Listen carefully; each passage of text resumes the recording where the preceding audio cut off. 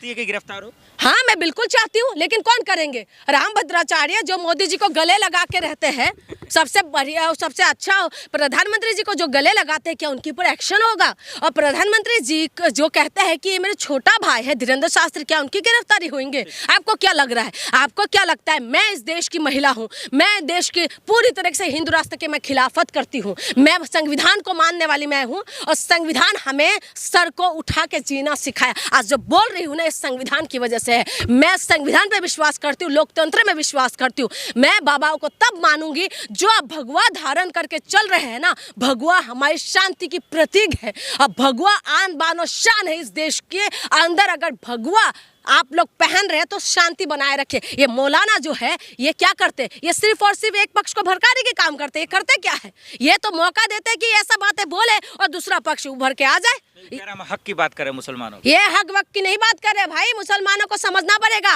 ये जो मुसलमान है ना, इनको भी समझना पड़ेगा। तुम्हारे हक की बात नहीं कर रहे। और हिंदुओं को भी समझना पड़ेगा, आपकी हक की बात नहीं कर रहे ये लोग। ये बाबा ये तो कहते हैं कि इनके दरबार में चले जाओ। तुम्हारी कितना बीवी है? तुम्हारी कितना पति है? अरे भाई, कितना बीवी कितना पति होता है बताओ? एक बीवी तो संभाला नहीं जा रहा है आजकल आदमियों से।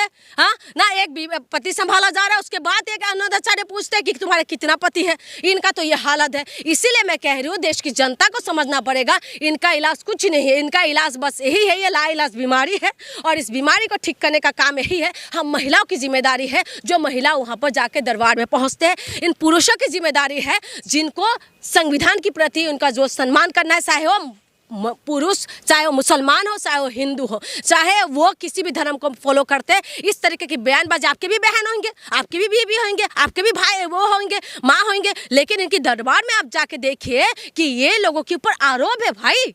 इनके ऊपर आसाराम बापू जो बापू के नाम पे किस तरीके से धंधा कर रहे थे, आपने देखा। उसके ऊपर पॉक्सो एक्ट लगा हुआ है। पॉक्सो एक्ट किसके ऊपर लगता है बताइए ना? माइनर लड़की के साथ करते हैं ना।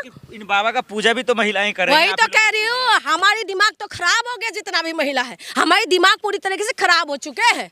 इसीलिए तो जाते हैं हम, ना तो संविधान पढ़ते हैं, ना तो हम भीमराव अंबेडकर को जानते हैं, ना तो हम लोग जो है अपने हक और अधिकार की बात करते हैं। एक महिला को मैंने देखा है, जब बस में जाएंगे, अगर मेट्रो में चले जाएंगे, अगर मेट्रो के अंदर 2 सीट जो महिलाओं के साथ रिजर्व रहते हैं ना, लेडीज सीट, वो तो ऐसे करके उठाते हैं, चलो भाई उठो उठो, इस तरीके से। और उस टाइम उनको पता है कि ये हमारी सीट हमारे लिए डिजर्व है, लेकिन उनको ये नहीं पता कि आप डिजर्व करते हो।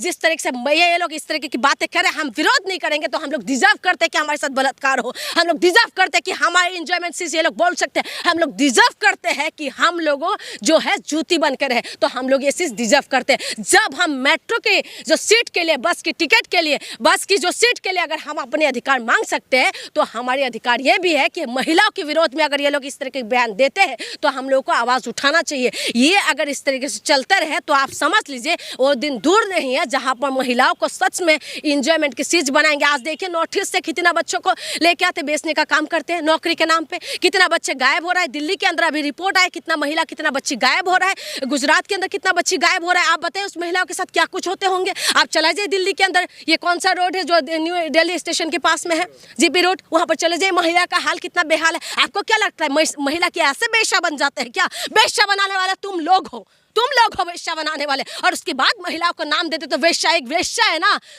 जो संसार की जो भी है ना, समाज की गंदगी अपने अंदर समा लेते हैं, उसको तुम लोगों ने वेश्या का नाम दिया। लेकिन उससे जाके पूछो कि वो वेश्या क्यों बनी है, उसको जाके पूछो। वेश्या बनाने वाले समाज है। और उसके बाद आप लोग कहते हो कि महिला खराब है। अगर महिला अपने में आ जाए ना, अपने हक और अधिकार मांगने के लिए, महिला दुर्गा भी है, महिला सरस्वती भी है, महिला कामाख्या भी है, और महिला जो है दुर्गा का अवतार भी है। महिलाओं को तो तुम नाम से पूछते हो, लेकिन महिलाओं को बदनाम करने के लिए तुम लोग सबसे आगे होते हो। बहुत शुक्रिया, धन्यवाद।